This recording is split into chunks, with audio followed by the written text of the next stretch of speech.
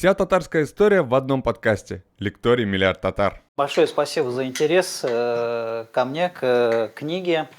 Меня зовут Марат Гатин. Я работаю в Казанском федеральном университете, преподаю историю Татарстана. И вот в рамках курса истории Татарстана одну-две лекции мы вот посвящаем истории Золотой Орды. То есть данная книга... Я очень благодарен татарскому книжному издательству, потому что татарское книжное издательство попросило как раз максимально просто написать книгу, которая была бы понятна наибольшему кругу читателей. И вот на основе тех лекций, на основе тех занятий была рождена эта книга. Она действительно небольшая, тут, если посмотреть, всего лишь 55 страниц, но вот я постарался вот максимально емко дать информацию по истории Золотой Орды. Как уже было сказано, здесь действительно это, можно сказать, вхождение в тему. Здесь я попытался осветить основные ключевые моменты, которые вот сами студенты задавали во время занятий. Да, то есть основные вехи политической истории, когда образовалась, например, Золотая Орда, потому что в сегодняшней науке ведутся споры до сих пор, и нет единого мнения, когда же все-таки возникло это государство. Имеет ли какое-то отношение современные татары к татарам средневековым, то есть к татарам 13-16 веков, потому что вы наверняка знакомы с тем, что эти споры, ну, по сути дела, не утихают до сегодняшнего дня, о культуре Золотой Орды, потому что существует такое стереотипное представление, что Золотая Орда – это государство, которое жило за счет других стран, занималось нападениями на другие страны, там, грабежом и так далее и тому подобное. Вот эти вот все, ну, здесь то, что я сейчас проговариваю, естественно, не все вопросы, которые отражены. Вот попытался кратко дать информацию о вот этих проблемах, которые интересовали студентов, потому что об истории Золотой Орды я уже сколько, ну, лет 20 точно рассказываю, и вот здесь вот сложилась информация, скажем так, емкая, как я уже сказал, что это все в рамках одной, максимум двух лекций, и вот это одна-две лекции, они как раз стали основой этой небольшой книги. Потому что, как я уже сказал, современный читатель большие книги читать не совсем любит. Это, наверное, даже, ну, это объяснимо, да, то есть, как я уже сказал, адресат этой книги широкий круг читателей, потому что кто хочет, так сказать, подробно обратиться к истории Золотой Орды, есть книги академические, вышедшие и подготовленная Институтом истории имени Марджани. Вот есть третий том истории татар, есть Золотая Орда мировой цивилизации. Но простой читатель, наверное, ему будет очень тяжело это осилить, потому что книги там под 1000 страниц. Язык академический, то есть, ну, у каждой книги, можно сказать, свой адресат, то есть она в первую очередь, естественно, адресована людям науки. А здесь очень кратко, очень, как я уже сказал, емко дана информация о основных вопросах, основных вот проблемах золотоордынской истории. Но что еще сказать, что сам я в Золотую Орду пришел благодаря Миркасыму Абдулахадовичу Усманову, когда поступил в Казанский государственный университет. Начинал я все с проблем истории татарского народа XX века, потом спустился в Казанское ханство и думал, что вот в аспирантуре буду заниматься историей Казанского ханства, но Касым Абдулахадович Усманов мне сказал, что лучше, если ты займешься Золотой Ордой.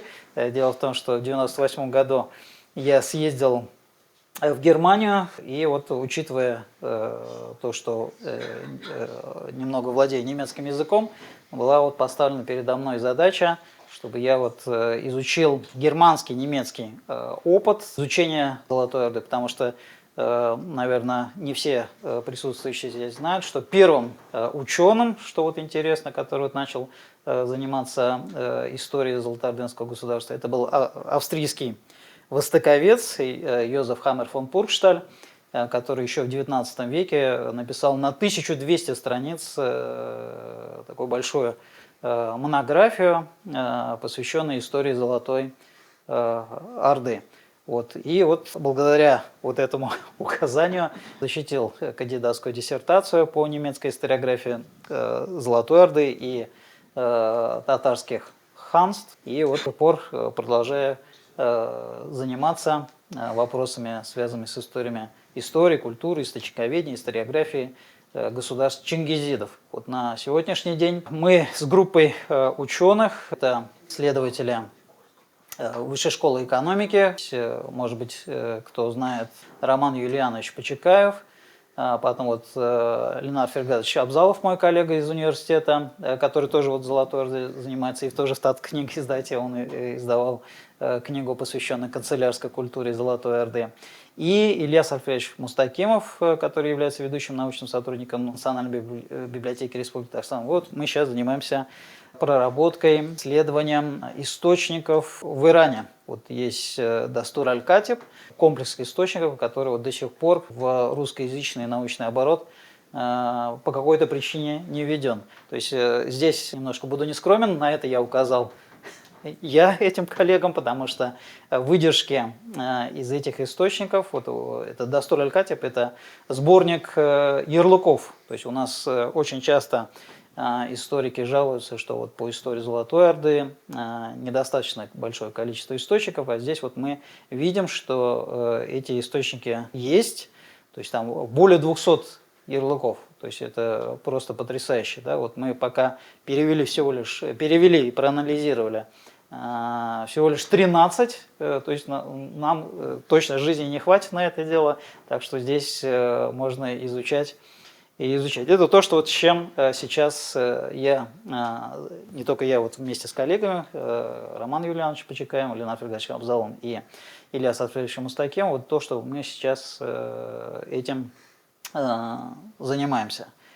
Так, ну это вкратце, наверное, что нужно сказать о себе, да, о появлении этой книги. Ну, интерес к Золотой Орде, да, почему вот у меня произошел вот интерес татарской тематики, интерес вот, Казанскому ханству, как я уже говорил, да. Вот я хотел, кстати, заниматься вопросами границ, то есть эта тема тоже достаточно актуальна, в науке еще пока не проработана, где проходили границы Казанского ханства, потому что те карты, которые даются даже вот в академических изданиях, они не указаны, к какому году они привязаны. То есть вот Казанское ханство, как нам известно, существовало ну, почти полтораста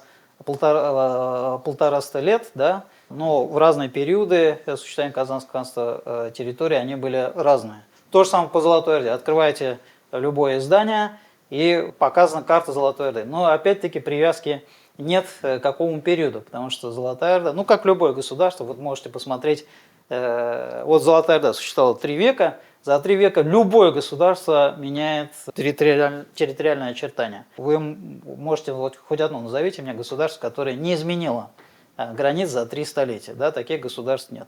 Поэтому вот эта тема, она актуальна, что это и по Казанскому ханству, и ну, по Золотой Орде у нас все-таки здесь есть исследование Егорова Вадима Леонидовича в 1985 году издано. Ну, это все еще пока, вот по Казанскому ханству это все актуально.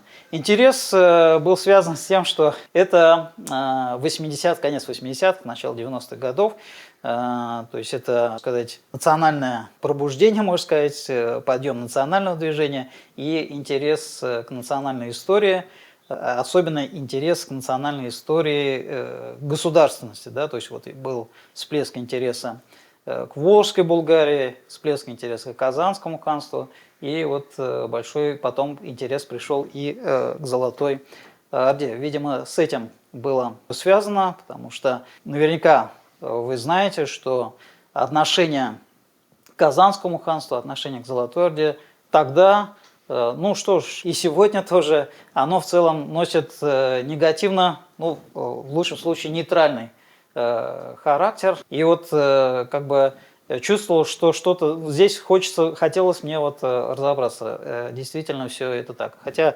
понятно, что историография, почему некоторые люди историков не любят, потому что история, наука конъюнктурная очень часто, все зависит от той обстановки, которая складывается в государстве на тот момент. Потому что чистых историков, по большому счету, к сожалению, не так уж и много. Большинство историков, к сожалению, они либо осознанно, либо неосознанно, они вот пишут свои работы, исходя из той конъюнктуры, которая складывается на тот момент, когда вот создаются те или иные сочинения, те или иные труды, те или иные работы. Вот, нужно сказать о том, что термин «татар», он претерпел изменения в течение, по сути дела, более чем сотни лет. И здесь нужно понимать, что в разные периоды времени под татарами нужно было иметь в виду вот разных людей. Это имя, вот это слово «татар», потому что под ним в разные эпохи были разные совершенно люди. Сегодня это обозначение татарской национальности, а если брать в прошлое, то это не всегда обозначение этноса, очень часто это означение какой-то группы людей. Вот если мы будем брать ситуацию Великого тюркского каганата, да, то есть татары вообще не тюрки, это, скорее всего, здесь нужно подразумевать под ними иранцев, которые были наняты тюркскими каганами для того, чтобы здесь в тюркском каганате заниматься фискальными, административными делами. Да? То есть это даже вот отражено в работе Махмуда Аль-Кашгари, Диван Люгат ат-Тюрк, собрание тюркских наречий, где есть очень интересная поговорка, сейчас я ее... «Татсыз тюрк болмас, башсыз бөрік болмас». Вот такая поговорка там зафиксирована. То есть тат – это подразумевается как раз-таки иранские администраторы, которые... То есть татсыз тюрк болмас. То есть без тата, без татарина не может быть тюрка. Да? То есть вы должны понимать, что тюрки, они развивались, когда-то они были не совсем на высоком уровне. Наша же задача как бы помнить не о том, кем мы были, да, а о том, кем мы стали и становимся. То есть вот они вот двигались вперед, развивались.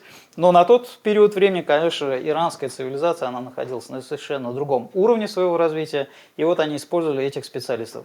Да, башсыз бөрік болмас, да, то есть как голова должна иметь вот шапку. Вот такое вот сравнение дано у Махмуда Аль-Кашгари. Потом ситуация меняется. Здесь нужно сказать о том, что вот если говорить кратко, то в китайских источниках татарами называли вообще всех северных соседей. Не все для них были без разбора татарами. Да, то есть, и мы даже, кстати, не можем сказать, они были тюркоязычными или монголоязычными. То есть вопрос, он открытый в науке. Ну, понятное дело, что в Татарстане все большая часть исследователей склоняется к тюркоязычности этих татар, но те источники, которые есть, нам, наверное, полностью не позволяют говорить об их как тюркоязычности, так и монголоязычности. Потом ситуация меняется с периода Чингисхана, то есть в эпоху возникновения Великой Монгольской империи, монгольского государства и державы Чингисхана. Очень часто монголы себя выдавали за татар, и в этом смысле татары, термин татар, он приобретал значение политонима. Политонима, то есть вот если мы видим в источниках наименования татар, это не значит, что это этнические татары, хотя были и племена. Племя татар в Центральной Азии тоже было. Это, скорее всего, здесь нужно понимать всех представителей Монгольской империи. Вот когда говорят «Батый», татарский царь, Батый с этнической точки зрения точно не татарин. Да? Когда есть даже упоминание Чингисхан татарин, да, вот сейчас же в Казахстане есть как бы идея, что Чингисхан это казах, Да, это мы можем тоже взять на вооружение и говорить, что вообще Чингисхан не казах, а татарин. Но это шутка, естественно, то есть здесь подразумевается, опять-таки, это политическая принадлежность. Если же брать ситуацию эпохи Золотой Орды, то здесь термин татар, он тоже не этнический, он скорее играл роль соционима, то есть обозначал представителей военнослужилой знати. Это были, как правило, воины, в том числе, кстати, этнические русские были татарами. То есть это, опять хочу подчеркнуть, это не этническая характеристика, не религиозная, не конфессиональная, а вот социальная. Да? То есть школьные учебники, если взять, в школьных учебниках есть понятие Неврюева рать, есть понятие Дюденева рать, но никто не пишет про Федорчукову рать, потому что Федорчук – это русский человек, который подавлял Тверское восстание 1327 года. То есть здесь как бы не согласуется с теми идеями, которые закладываются в школьных и иногда даже и вузовских учебниках. И вот эта традиция, когда татары играли роль социальной группы, она продолжается и дальше. То есть, если брать вот историю казахского ханства, то есть татары это опять-таки представители верхушки общества. То есть это, грубо говоря, чиновничество, ну и в первую очередь, это, конечно же, воины. Да, вот мы вот иногда любим дискутировать с соседней республикой, да, то есть у нас главный козырь, что вот понятие башкирец – это социальная категория, не этническая, а социальная. Здесь примерно то же самое. Татарин, ну немножко назад, если отматывать, это тоже была социальной категорией. Да, вот. Поэтому, как они сами себя называли, сказать сложно, хотя вот если брать ситуацию чуть позже, в основном-то в источниках у них было мусульманское самосознание и булгарское, кстати сказать. Почему? Потому что, ну, если вы мусульманин, то татарин не очень хороший человек. В каком смысле? Потому что татары, они уничтожили халифат. Багдадский халифат в 1258 году. Это большая травма для мусульманского мира. Может быть, кто-то из вас был в исламских странах.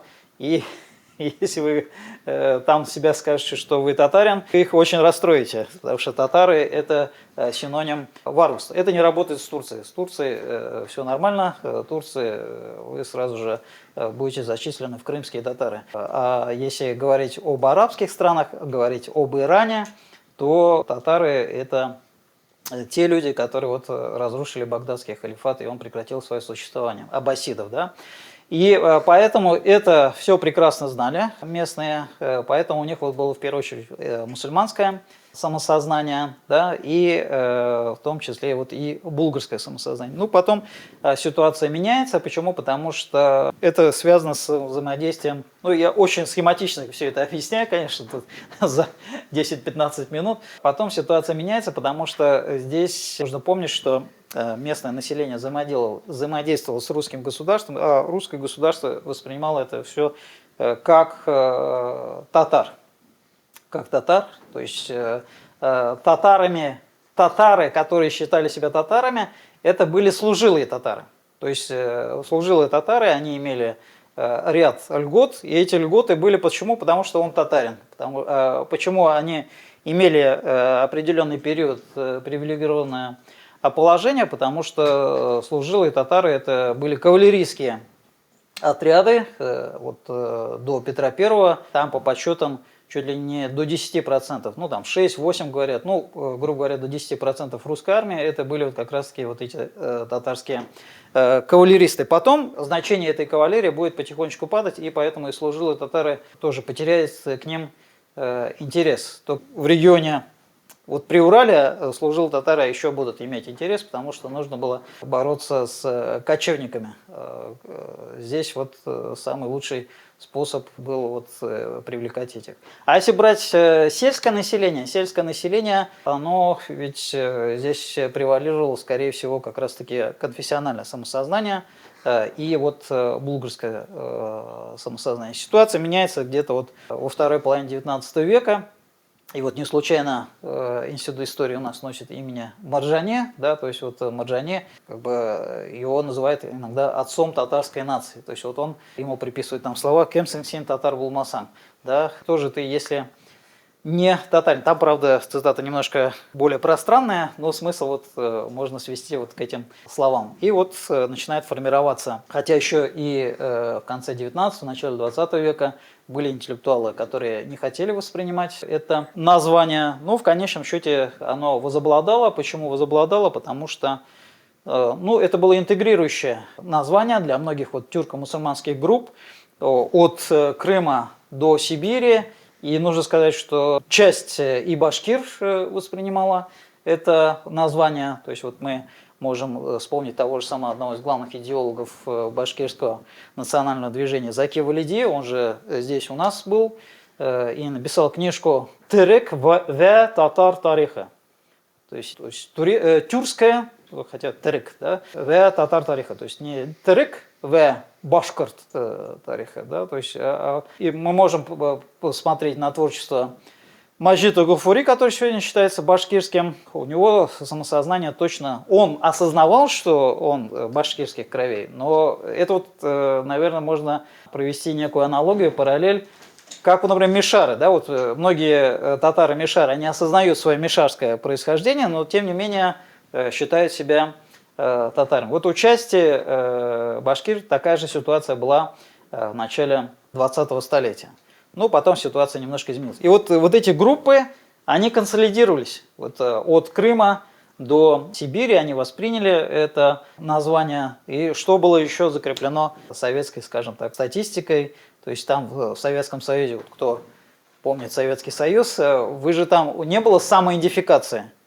Нужно было просто выбрать из перечня, кто ты из этого перечня, и вот вы становились, у вас другого, там, если в 26-м году еще были мещеряки, то уже после 26-го года ни мещеряков, ни окряшин, ни тептярей уже не было, вы уже должны были определяться, вы там башкир или татарин. То есть почему произошло выбор в конечном счете? Да? То есть это связано с эпохой национализма. В XIX веке появляется такое явление, как национализм. Это явление возникает в Западной Европе, и постепенно оно вот двигается дальше, доходит и до нас. Появляется потом русский национализм, помните, Александра II и дальше вот его сына Александра III. И до татар тоже доходит. Да? То есть в национализме важно что? Это славная история. Вот если вы мусульманин, то здесь как бы здесь аморфно, да? Это вот эти халифы, они наши или не наши? Вроде как бы наши, но что-то слишком далеко. Если мы булгары, а у булгаров какая история? А булгар конкретной истории практически, ну, если брать рубеж 19-20 века, конкретной истории практически нет. А вот если Золотая Орда, ну, это совершенно другое. То есть это для национализма должна быть красивая история. Да, вот случайно история сейчас уделяется большое. Второй момент, когда это все утверждается, да, то есть все думали о том, что произойдет демократизация России. И вот в демократии, в демократическом обществе как бы важен голос каждого. И вот если брать вот перечень названий, то татарское название, как уже было сказано, оно наиболее распространенное было, и оно интегрирующее, то есть мы можем всех сюда включить. То есть чем больше нас, тем больше мы можем оказывать влияние на ту ситуацию, которая происходит в стране. Будь то это там, условно скажем, временное правительство, или будь то советская власть. Да? Советская власть же, по большому счету, советской власти и не было. Там же советы быстро прекратили свое существование. Ну, по крайней мере, идея была такая, что вот эта власть трудящегося народа. Основываясь вот на вот это прошлое, основываясь на вот это настоящее, то, что вот много представителей, можно было потом как бы выстраивать, условно скажем, будущее. Да? Вот чем вот очень хорошо, на мой взгляд, воспользовались лидеры республики, правда, уже в 90-е годы, когда они вот делали акцент на то, что у татар особая древняя история, татары второй народ в России, поэтому, ну, здесь я, конечно, немножко утрирую, мы не будем жить как Ульяновская область, мы не будем жить как Кировская область, нам нужна особая отношения. Да, вот я надеюсь, что вы выезжали за пределами Татарстана, да, то есть и вы это видите. Это вот позволило как бы получить некие преференции, и результат он осязаем. Вот если вот так вкратце, то есть если говорить о современных татарах, это вопрос не генетики, хотя вот генетические исследования достаточно сейчас популярны, это вопрос самосознания. Самосознание, потому что вот, ну, для того, чтобы вы, как бы, я не знаю, уместна ли будет аналогия, вот американцы, да, кто они? Да, многие из них имеют еврейское происхождение, там, из Латинской Америки кто-то происходит, кто-то чернокожие, да, это не столь важно. Важно это самосознание. У всех, у них, практически у всех, они как бы себя осознают американцами, несмотря на то, что некоторые из них вообще в этой стране не родились. Вот если говорить о татарах современных, то здесь происхождение у татар очень разное. Кого только мы здесь не наблюдаем. Яркий тому пример – это вот физический облик, внешний облик, да, то есть здесь есть и светлые европоиды, есть люди, которые тянутся к монголоидам. Вот единственное, кого вам не хватает, это вот афро-татар. Но я могу вам сказать, что в эпоху Золотой Орды и такие были. То есть вот мамлюкский султанат дарил чернокожих людей. Ну, понятно, что их там могло быть там сотни, может быть, несколько тысяч, но они вот растворились в этой среде. То есть современные татары, они совершенно разные. Расовые типы, то есть есть те люди, которые похожи на представителей кавказоидной подрасы, да, то есть понтийский тип, кого только мы здесь не наблюдаем. То есть это свидетельство того, что это результат взаимодействия. То есть это можно видеть, это опять, почему такой разный тип, это может быть связано опять с Золотой Ордой. То есть Золотая Орда – это страна, где жило большое количество разных этносов, и вот в результате взаимодействия вот появились современные татары, которые вот даже в одной семье, вот я могу сказать вот по материнской линии, вот у меня дед по материнской линии, он блондин с голубыми глазами, а бабушка, вот его жена, она вот выглядела, ну, как, не знаю, как монгол просто-напросто. Вот, и вот муж и жена одна семья. И вот у меня сестренка, вот если бы я знал, фотографию привел, она вот тоже была блондинкой, мне еще говорили, вы что, сводные что ли, вы от разных родителей? Она была блондинка, но потом волосы потемнели. То есть вот такие примеры, я думаю, что у вас, наверное, тоже такие примеры вполне могут быть. То есть это татары, это результат самосознания. Но есть и выход на Золотую Орду, есть выход на золотоордынские, ну, булгарские. Вот здесь опять вопрос, да, вот у нас же вот есть эпитафия, которые вот сохранились, правда, они сохранились с эпохи Золотой Орды 1290 по 1360 годы, которые характеризуют этот язык, сближает его с чувашским. Самосознание, оно не связано ни с языком, наверное, ни с предметами культуры. Они играют роль, но эта роль второстепенна. Потому что мы должны с вами понимать, что язык – это просто средство коммуникации, да, то есть печальная ситуация, татарский язык угасает потихоньку, сейчас я не буду говорить по какой причине, да, но тем не менее значительная часть татар, вот я даже вот могу сказать по другим регионам, не по Татарстану, да, то есть они не перестают быть татарами, то есть здесь ключевой момент играет самосознание. Конечно, язык определяющий может быть, да, то есть может быть каким-то стержнем, но вот тем не менее. То есть булгары, они не перестали существовать, они продолжили, просто вот, скорее всего, они перешли на язык кипчакский. Дело в том, что ведь какая ситуация? Татары, вот если мы будем говорить о ситуации 13 века, это же были представители кочевой культуры. Да? Кочевая культура, как это, все-таки она немножко отличается от оседлой культуры, потому что в оседлой культуре ориентация идет на города, а в кочевой культуре города есть, но очень их немного. Вот вспомните, как в тюркских языках называется культура. Да? Культура – это маданият, то есть от арабского слова «мадина». Мадина – это город, поэтому города в основном в оседлой культуре, характерно больше для оседлой культуры, то есть развитие происходит. Поэтому для булгар вот эти пришедшие товарищи и люди, это, ну как это сказать, помягче, пусть будут варвары. То есть это вот мы как раз-таки видим, это же можно увидеть даже в Казанском ханстве. Вот у нас есть Мухаммадияр, да, он же сокрушается этими гиреями. Он намекает на то, что эти товарищи править не могут, не умеют. Все проблемы, ну не все, а многие проблемы как раз-таки с ними и связаны. Здесь вот была дистанция, да, вот еще вот какой вот пример можно привести. Это вот наличие антитатарских, так называемых антитатарских поговорок в татарском языке. Потому что вот такого нигде нет.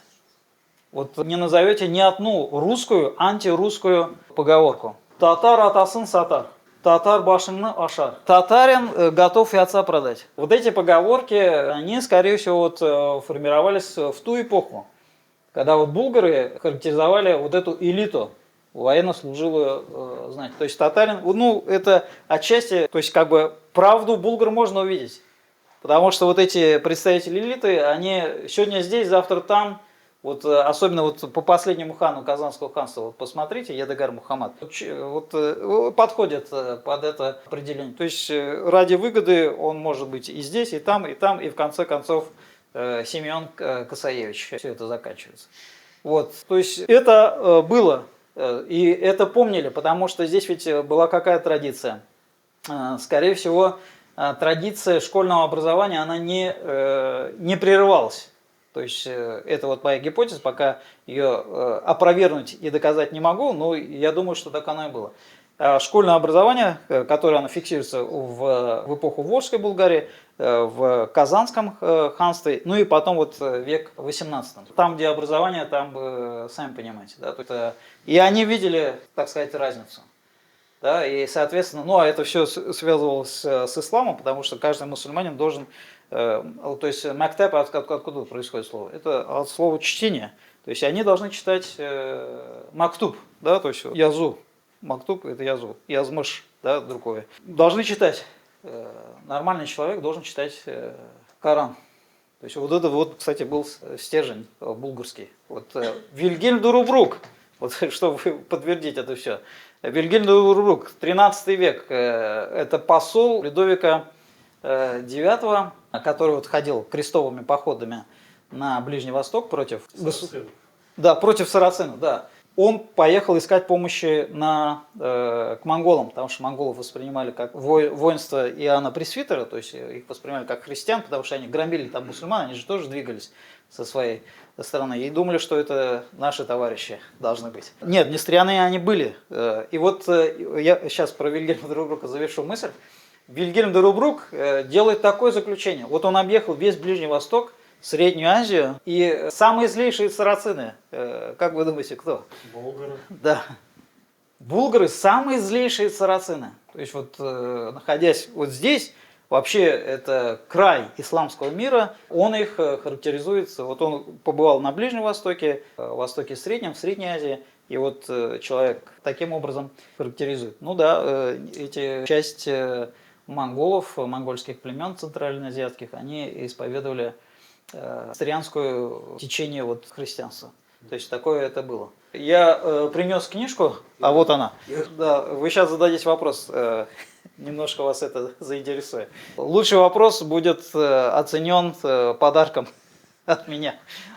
Получат книгу. Конечно же есть. Смотрите, какая ситуация. Если мы будем брать российских ученых дореволюционных, ну, я обобщаю, понятно, что есть разные, да, поэтому это немножко будет грубая характеристика, но общим являлось то, что они опирались в первую очередь на русские летописи. Русские летописи, опора на этот источник, приводит к тому, что, ну, летописи кто писал? Летописи писали священнослужители, монахи. Да, у монаха какое мировоззрение? Есть нормальные люди, а есть люди не совсем нормальные. Про ненормальных... Мы и чужие. Да, то есть про ненормальных людей хорошо писать мы не можем. Да? То есть вот есть христиане православные, а есть нехрист. Нехрист, какая бы она хорошая ни была, хорошей быть все равно не может. И они вот шли по этой колее. И еще какой момент? Это русоцентризм. То есть в трактовках, ну это уже в советской историографии, даже современной историографии, все оценивается через призму русской истории. Это выгодно или невыгодно. Да? Поэтому Золотая Орда, ну вы все прекрасно знаете, для российского человека это негатив. Это, можно сказать, единственный период в истории, когда русские земли находились под иноземным владычеством. Иноземная несвобода может быть позитивным явлением в истории? Конечно же нет. Ну и, соответственно, вот эти моменты, на них делается и, наверное, будет делаться упор.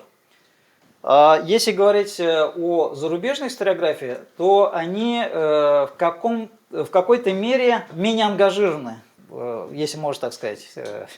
Они более, смотрят на это более сухо. Ну, с другой стороны, это ведь еще связано, что отношения у России и Советского Союза не всегда были хорошие с Западом, да, то есть здесь можно увидеть немножко другой подход, что вот некоторые моменты трактуются по-другому, да, то есть что вот больше негатива на российскую сторону. И вот для многих людей в нашей стране Золотая Орда – это про взаимоотношения русские земли, Золотая Орда. Да, вот обычно с этим все связано. Но на самом деле русские земли не играли такой роли, о которой вот пишут. То есть Золотая Орда, она не на север смотрела, а на юг. Ей что интересовало, это Иран и вот Южный Кавказ. Вот вся вот их история – это попытка туда уйти. Потому что если вы туда придете, и они несколько раз им удавалось на кратковременный период времени, и жизнь совершенно по-другому. Потому что Иран жил очень богато, очень богато. То есть они не ориентировались на Русь. Русь жила, вот, ну, для историков это общеизвестная вещь, обычно говорят иго, да, иго было, но русские земли уже до иго жили не очень хорошо.